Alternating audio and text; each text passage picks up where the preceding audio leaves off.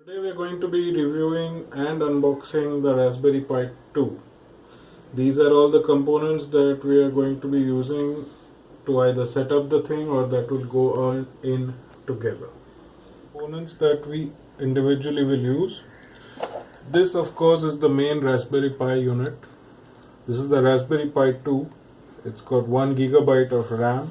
It's got a brand new CPU. It's a 700 MHz Cortex ARM CPU, and we acquired this through all these components were acquired through online purchase or we already had them. The black case for the Raspberry Pi. The Raspberry Pi is just a circuit on a board. This is an enclosure for it to prevent it from to protect it from dust and other harmful cheap ass 5 volt 2 ampere USB adapter. It's basically a USB power adapter, and in it we have a USB charge cable, and this will give power to the Raspberry Pi 2. This is an HDMI to VGA converter adapter. We'll be using this in a little while. This is a 16 GB Samsung Evo SD card with its adapter. We'll be using this to boot the Raspberry Pi, and we'll show you how to set this up in a little while as well. This is not going to be used up within the Raspberry Pi. This is an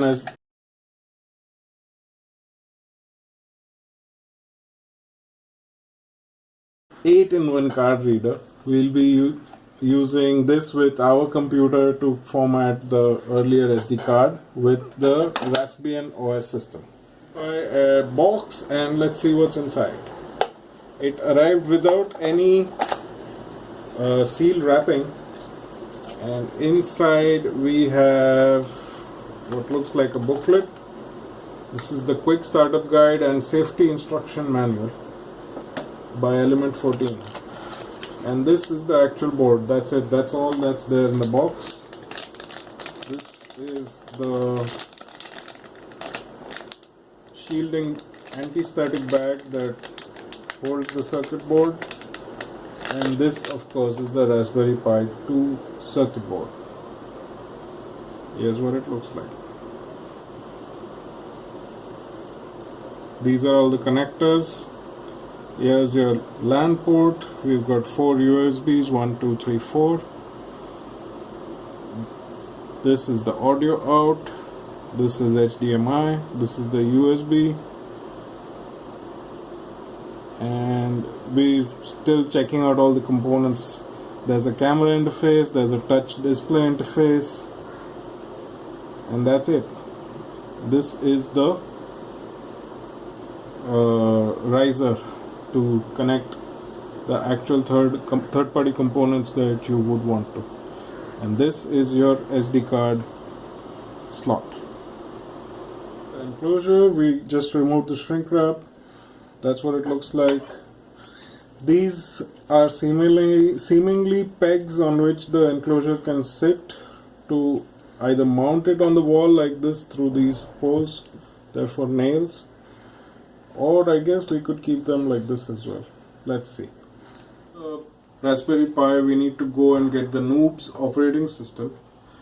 To do this, first head on over to raspberrypi.org and then go and click on downloads and download NOOBs. We opted to go and get the offline and network install, and we downloaded the torrent version. Raised the SD card and we've put the NOOBs booting operating system on it. This is all part of the standard installation, and you can just look at the download instructions and the setup instructions on the Raspberry Pi site. We're going to take this SD card and we're going to put it into the Raspberry Pi 2. It's really as simple as inserting it like this, pressing it down firmly until you see it lock. And that's it. the SD card is inserted into the Raspberry Pi. We're gonna mount the Raspberry Pi onto the enclosure right now. We're not going to seal it up, we're just gonna put it in. And let's actually do it the other way around. Let's see if we can get the SD card through the enclosure hole that has been provided. The Raspberry Pi sits on these two pins and locks down when you press on it firmly. It will not come off easily. The enclosure could be designed a little bit better.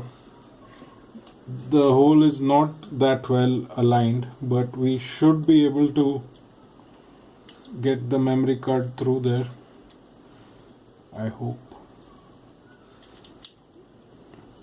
No. The design is not that good. The hole for the memory card is not aligning straight up to the Raspberry Pi memory container, but we are able to insert it through like this, and we're going ahead with it. Even though there is a little bit of pressure on the SD card, but it pokes through once we're done with it. You can see the white SD card over here. Okay. Now with that, the Raspberry Pi is pretty firmly lodged into the enclosure. The other holes are aligning up decently, like this. This is the USB, this is the HDMI, this is the audio out, and these are the port slots. It has got the ports lodged up pretty firmly in the container. Apart from this, I guess we'll need to get a better container, but for now we're going ahead with this one, and let's see how it works out. TV to the Raspberry Pi. It's going to be hooked up through HDMI.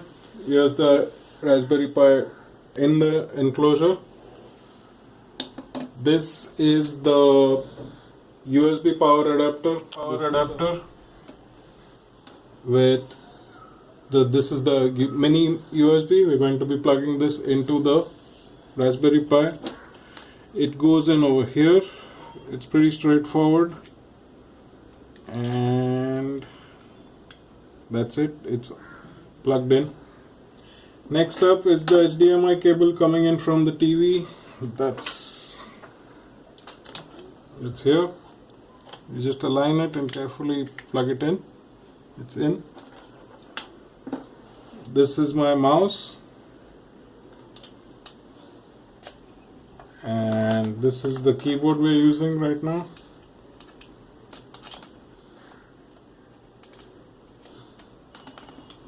Now let's start up the Raspberry Pi. The adapter's on. There's also a green and red light over here when it's booting, and we can see the display coming on. So this is the Raspbian, this is the NOOBs boot screen where it's offering the different boot options. We're going to check off Raspbian and we're going to press install. And this is the warning that the SD card will be overwritten, etc., etc. We're going to go ahead and press yes. Now it will go ahead and install itself onto the SD card, and we'll come back when it's done. In about 10-15 minutes, and it looks like the OS has finished installation. This is the screen that's visible. We're gonna a nice Linuxy boot that the Raspberry Pi has, at least for the first time. And this is the post-install options that we get, also known as Raspberry config. We've got an option to expand the file system, change user password, which is the default user's password, and we can choose to boot to desktop environment or Scratch or the command line. And we've got some internationalization options, we've got camera options, we've got add to rastrack, and there's a whole bunch of things. Right now we're just going to go ahead and change the boot to desktop options, and I think we'll not show you the rest of the options right now. You can go ahead and explore them on your own. Raspberry config to boot the desktop on start, and this is the startup screen that greets us when it's done booting. Up here we've got the menu, and there's a whole bunch of stuff. There's a programming menu, there's an internet menu, there's games, and there's some accessories. We've got help, we've got preferences, and we've got what feels like a start run Windows command executor. Ooh, I miss the Linux days. And we can use this menu to shut down.